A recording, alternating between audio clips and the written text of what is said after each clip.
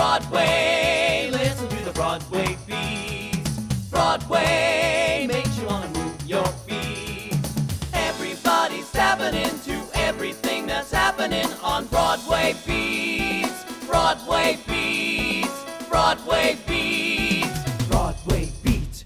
Hello, I'm Richard Ridge for Broadway Beat. We're at the Minetta Lane Theater to give you a sneak peek at Standing on Ceremony, the Gay Marriage Plays, which is an evening of 9 plays by some of America's most prolific and award-winning playwrights.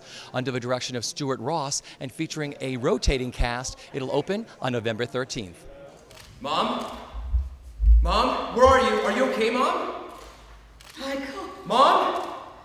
Michael? Mom, what is it? I ran away all the way here. Should I call someone? Should I call 911? Michael? Mom, talk to me. What's happening? Is it your heart? Is it? Oh my God. Do you have a fever? Are you nauseous? Okay, how many fingers? 1, 2, 3. Oh my God, only 3? 4, 5 fingers. That's right, thank God, 5 fingers. But I still don't see a ring. Mom? Michael? Mom? Did you hear? Hear what?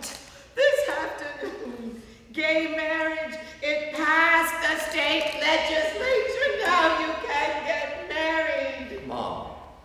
Isn't that spectacular news? Isn't that the best? Mom, you phoned me at work and said that you were having a dizzy spell and that it might be a stroke. I was in a meeting which I left to run 38 blocks to make sure you were okay. I'm fabulous! But I don't even have a boyfriend. Is that my fault? Well, for all of us at Freedom to Marry, the campaign to win marriage nationwide, we know the key to success is getting more people talking about why marriage matters, who gay families are, the ups and downs of life, and why it's so important that everyone have the opportunity to celebrate their love and commitment with their family. And that's what these playwrights are putting in front of people. And the more people who come in and see these plays and get to laugh and cry and be moved, the more people are going to understand why it's important to end this discrimination, and the sooner the better.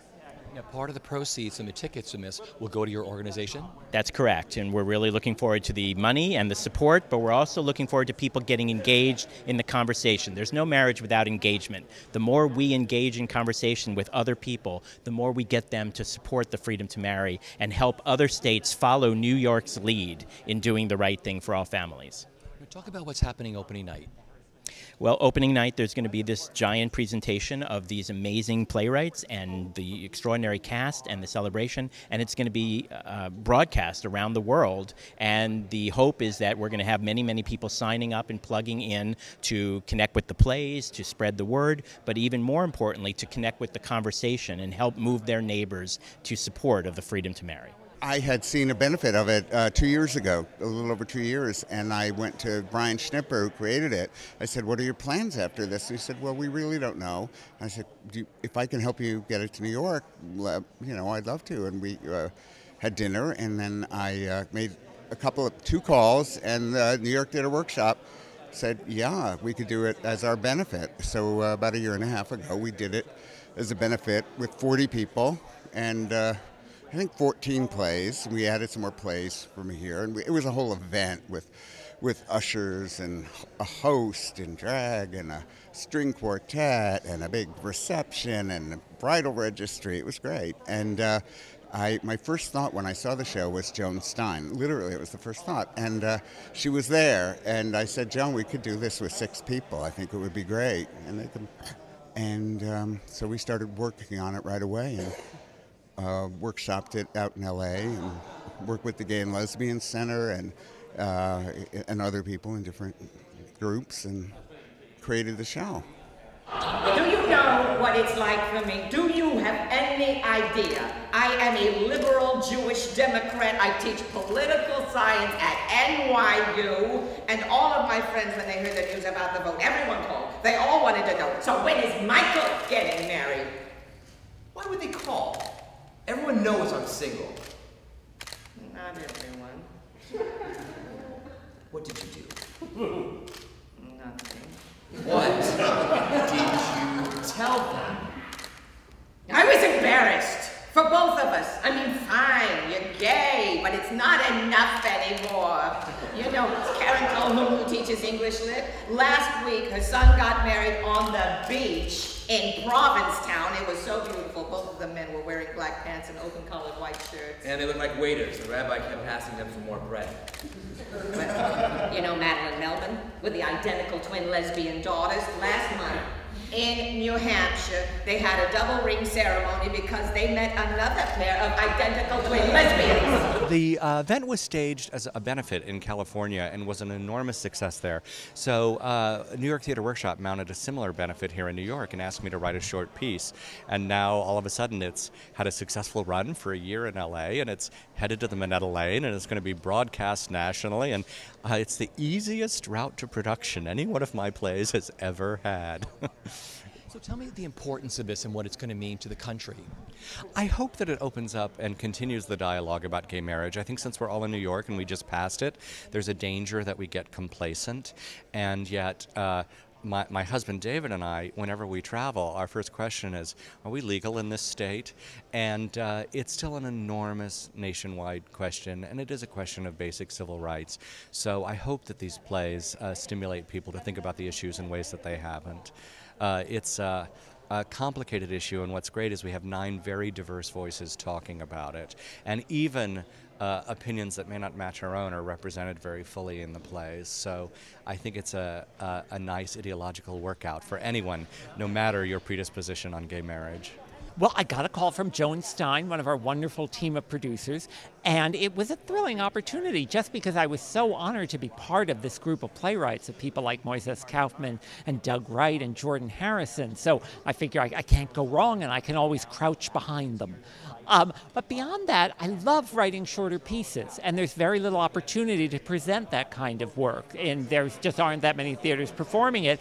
And the other thing I particularly liked was that sense of a town hall, of writing about an issue that's bubbling up in people's lives right this second, a real kind of zeitgeist moment, where you get to say, okay, how do I feel about not just gay marriage, but marriage as an institution? You know, is it something I want for myself? Is it something that I feel the majority of people are even interested in anymore? So that it's fascinating. It's very rich turf. You know, it's the kind of thing I couldn't wait to get my hands on.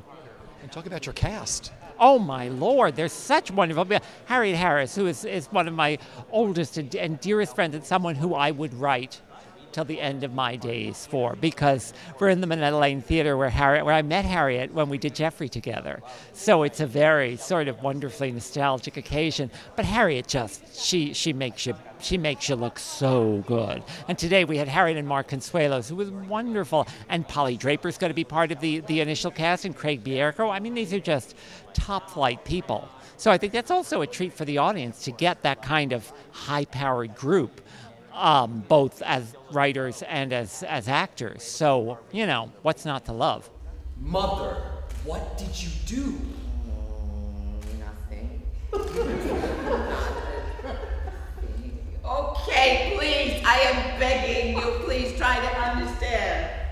I was in Starbucks, minding my own business, and Eleanor Markowitz comes in. You know the one. She teaches queer cinema.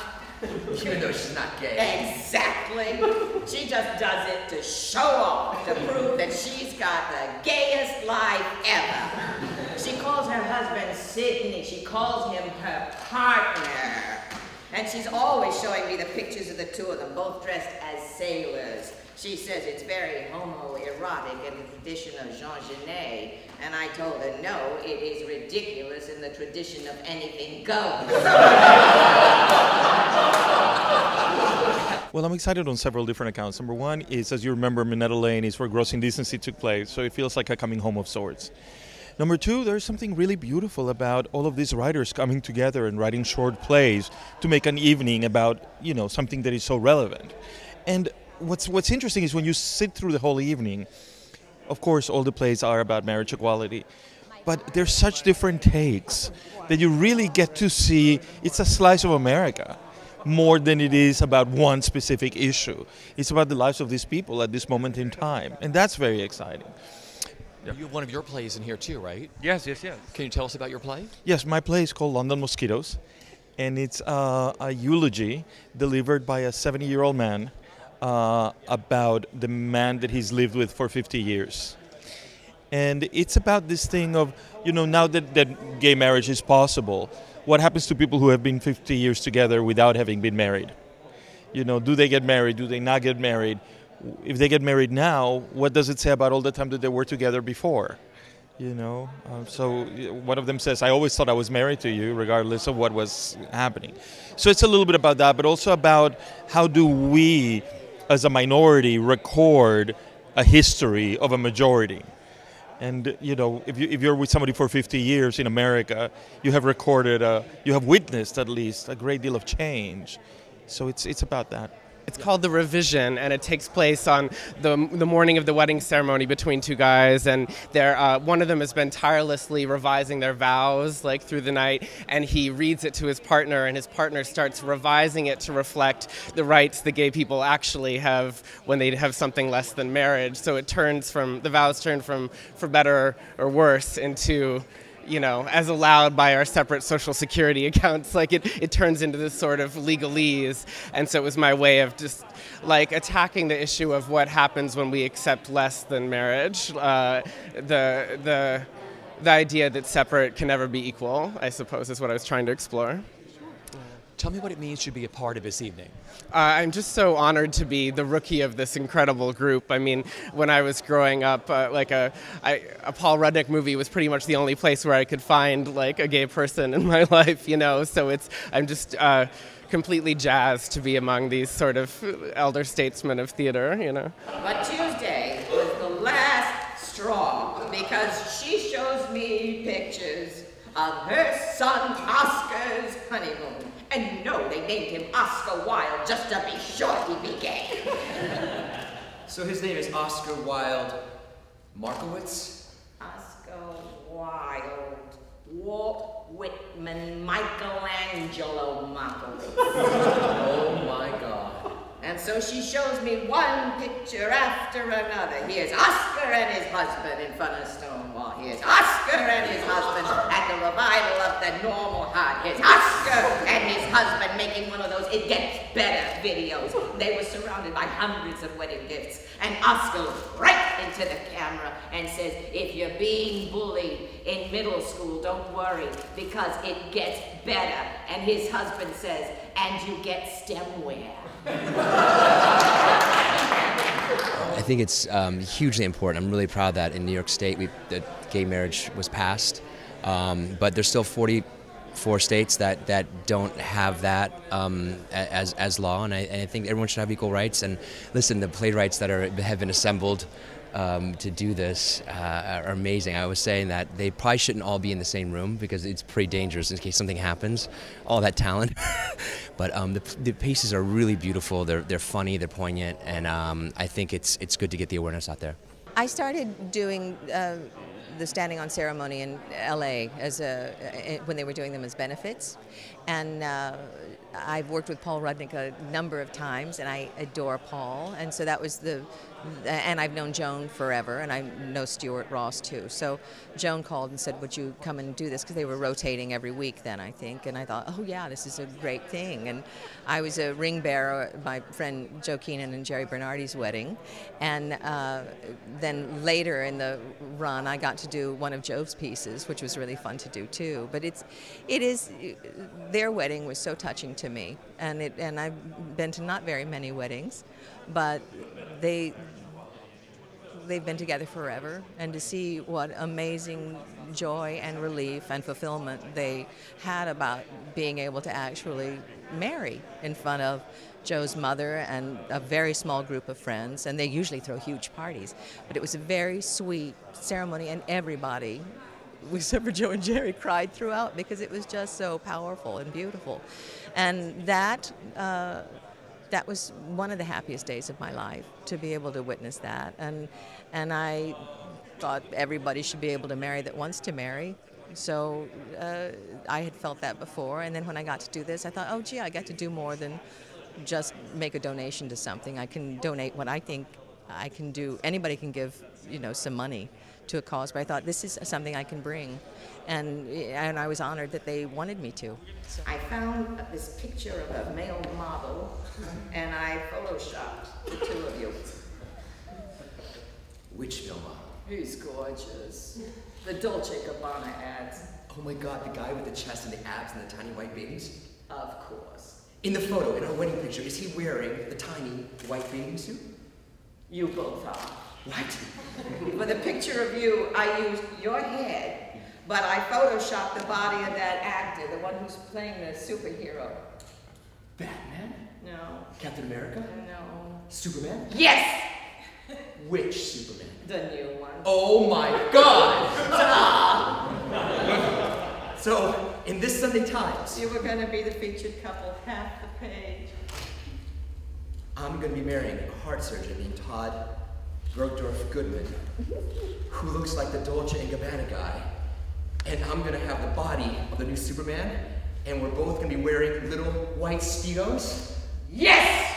Because legalizing gay marriage is an important and critical and necessary leap forward in American civil rights. Yes, it is.